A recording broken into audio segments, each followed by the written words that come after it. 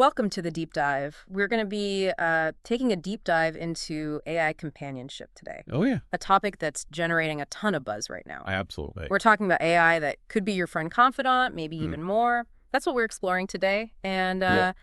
we've got some fascinating insights to share from a new report out of Tencent Research. Yeah, this report is really interesting. It really dives deep into the state of AI companionship in China and where it might be headed. And get this, China could be on the verge of a major AI companion boom. That's right.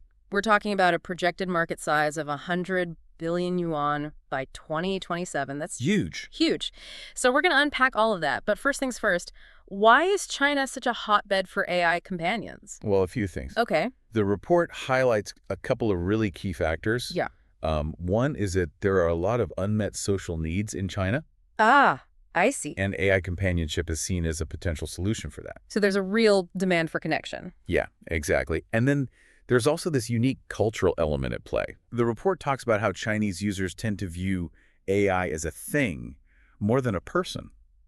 Interesting. And this actually makes them more comfortable with the idea of AI companions. So it's less about replacing human connection and more about AI being a tool to fulfill certain needs. Right. And the report actually contrasts these two different approaches to AI companionship. Oh, okay. I'm curious. Tell me more. So you have AI as a thing, which is really about providing enjoyment, relaxation, like a really high-tech entertainment system. Like a super advanced chatbot that tells jokes and plays games with you. Exactly. And then you have this other idea of AI striving to become human, developing a personality and emotional depth. Oh, wow. That sounds a lot more complex. Yeah, definitely raises a lot of questions. So does the report indicate which direction people are leaning towards? Well, for now, at least, it seems like Chinese users are much more interested in the thing aspect of AI companionship. Do they want the benefits without the baggage of a human-like relationship? Yeah, they value the instant responses, the ability to keep secrets, and, the fact that AI doesn't come with all the emotional complexities of human interaction.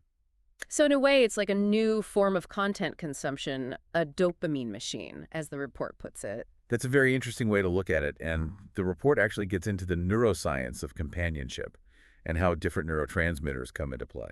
Oh, wow. Okay, so for those of us who might need a refresher, dopamine is linked to pleasure and reward, oxytocin to bonding, and serotonin to feelings of well-being and happiness. Exactly, and the report suggests that a lot of the current AI products out there are primarily focused on that dopamine stimulation, those quick hits of novelty and satisfaction. But that doesn't really address those deeper needs for connection and belonging that we crave as humans. Right, and that's where things get really fascinating. Okay, tell me more.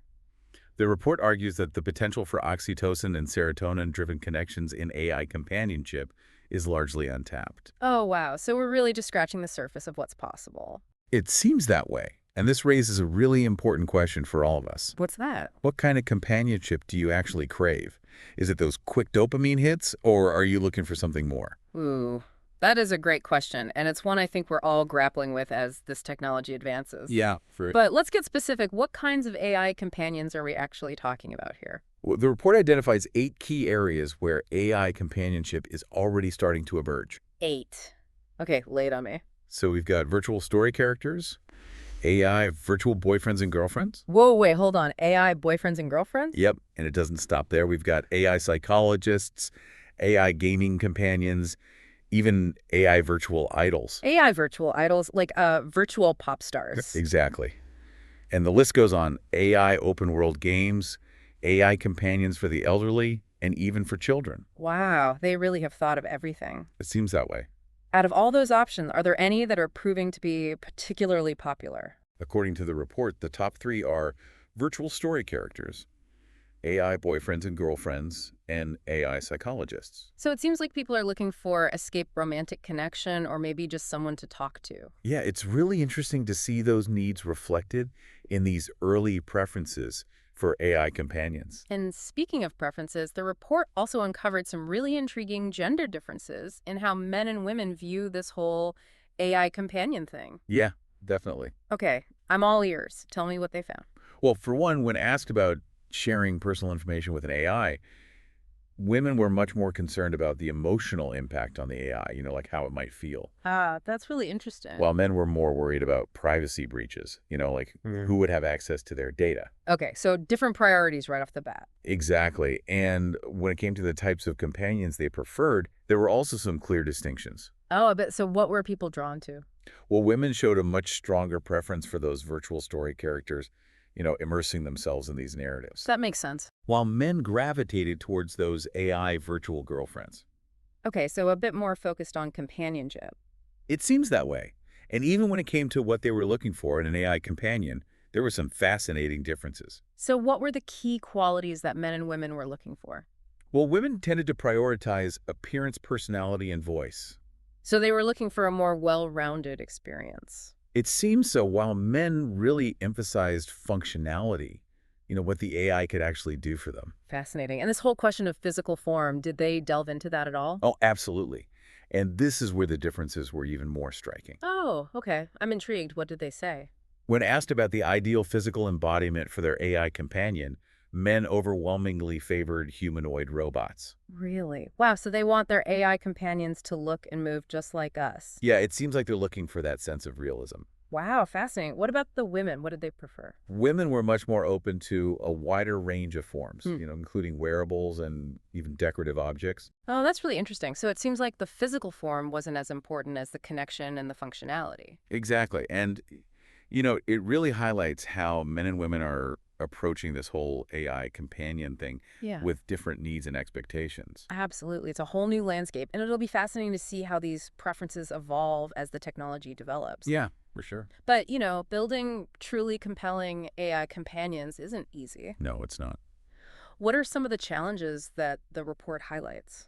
Well, they identify three key hurdles. Okay. First, there's the issue of memory. AI still struggles to recall past interactions and maintain that sense of continuity. Oh, right. So, like, you might tell your AI friend about a bad day at work, and the next day they have completely forgotten about it. Exactly. Yeah. It's like trying to build a relationship with someone who has amnesia. Oof. Yeah, that wouldn't be easy. And then there's the challenge of imagination. Okay. AI still has a really hard time driving those plot lines and creating the kinds of engaging, unpredictable narratives that we crave in relationships. So, even if they can chat with us, they're not exactly ready to write the next great novel. Right. And then finally, there's this problem of insufficient multimodality. It Multimodality. basically means that AI still relies heavily on text or voice, and it neglects all of those other rich dimensions of human communication. Oh, I see, like body language, facial expressions, tone of voice, all that stuff. Exactly. Yeah. It's like trying to have a deep conversation through text messages. You just miss out on so much of the emotional context. Yeah, that's so true. And, all of these factors contribute to that uncanny valley phenomenon we hear so much about. Oh, absolutely. That creepy feeling we get when something looks almost human, but not quite right. The report really emphasizes this as a major obstacle for AI companionship. So how do we overcome that? How do we make AI companions feel less creepy and more appealing? Well, the report suggests that realism isn't always the goal. Oh, interesting. Maybe the key is to actually lean into their artificiality and make those stylistic choices that help us navigate that uncanny valley. So it's about finding that sweet spot where AI feels engaging and relatable without venturing too far into the realm of human imitation. Exactly. That makes a lot of sense. But even with those design considerations, there are still those broader societal implications to think about.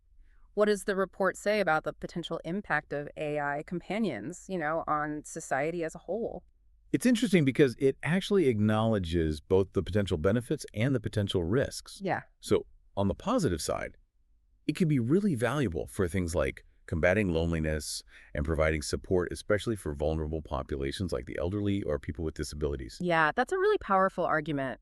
AI companions could offer this constant source of comfort and connection for people who might otherwise feel really isolated. Exactly.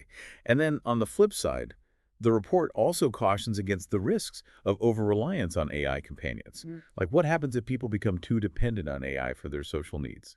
Could it actually lead to a decline in human-to-human interaction? That's a really valid concern. We've all seen how technology can sometimes lead to social isolation, even with the tools that we have today. Right. And then there's also this question of, could AI companions inadvertently reinforce negative aspects of human behavior? Oh, that's an interesting thought.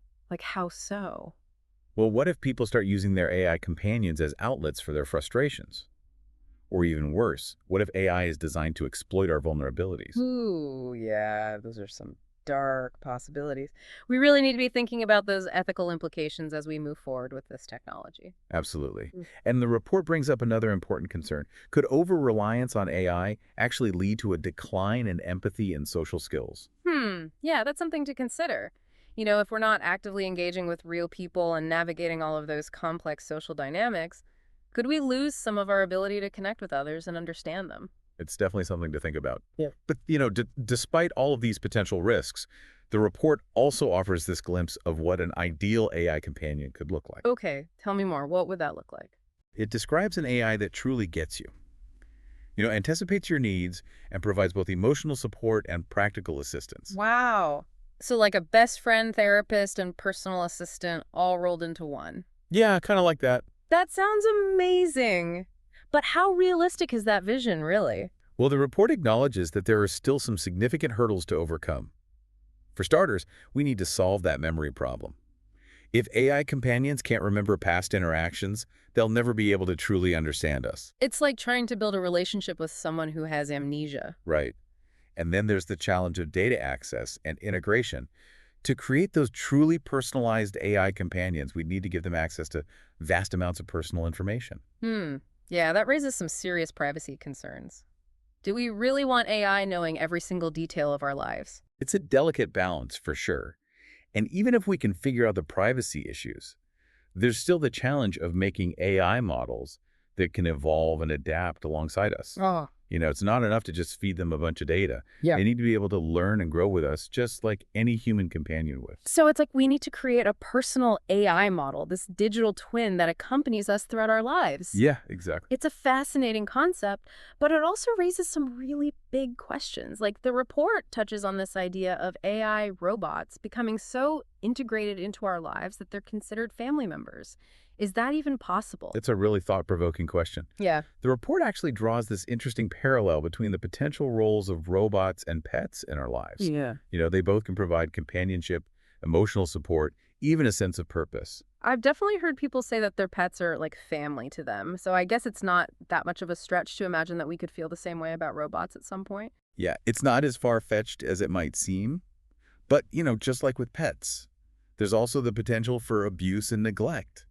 If we're going to treat robots like family members, we need to really think carefully about the ethical implications. It's a whole new frontier, and it's so important that we start having these conversations now before the technology advances too far. Absolutely. And the report ends on this really powerful question. Mm. Are we as humans truly ready to embrace another intelligent species as equals in our families? Whoa, that's a big one. And honestly, I don't know if there's an easy answer to that, but it's definitely a conversation that we need to be having. This deep dive has taken us on quite a journey. We've explored the potential market for AI companionship, the fascinating differences in how men and women view this technology, and the ethical challenges that we need to consider. We've even contemplated this mind-boggling possibility of robots becoming part of our families. It's clear that the future of AI companionship is full of both promise and uncertainty. It's a future that we're all shaping together. And it's really important that we engage in these conversations and carefully consider the path that we want to take. It really is. A lot to process for sure. But hey, before we completely wrap things up, I want to just circle back to that 10-cent research report for a second. There was so much packed in there. Oh, yeah. Definitely a lot to unpack. Like, it's easy to get caught up in the big picture, this idea of AI companions becoming mainstream. But what I found really fascinating were those specific insights, the details that really paint a picture of where this technology is headed. Yeah, absolutely.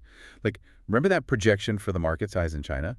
100 billion yuan by 2027. That's huge. It's massive, and it's not just about the scale. It's those little nuggets, like who would have thought there were already 8 distinct tracks of AI companions emerging, virtual idols, AI psychologists. It's like a whole new world out there. It really is. And even within those tracks, Mm-hmm. the report highlights how men and women are approaching this whole AI companion thing so differently. Yeah, that was a big takeaway for me. Their priorities, their concerns, even the types of robots they prefer. It's like we're looking at 2 completely different landscapes. Totally.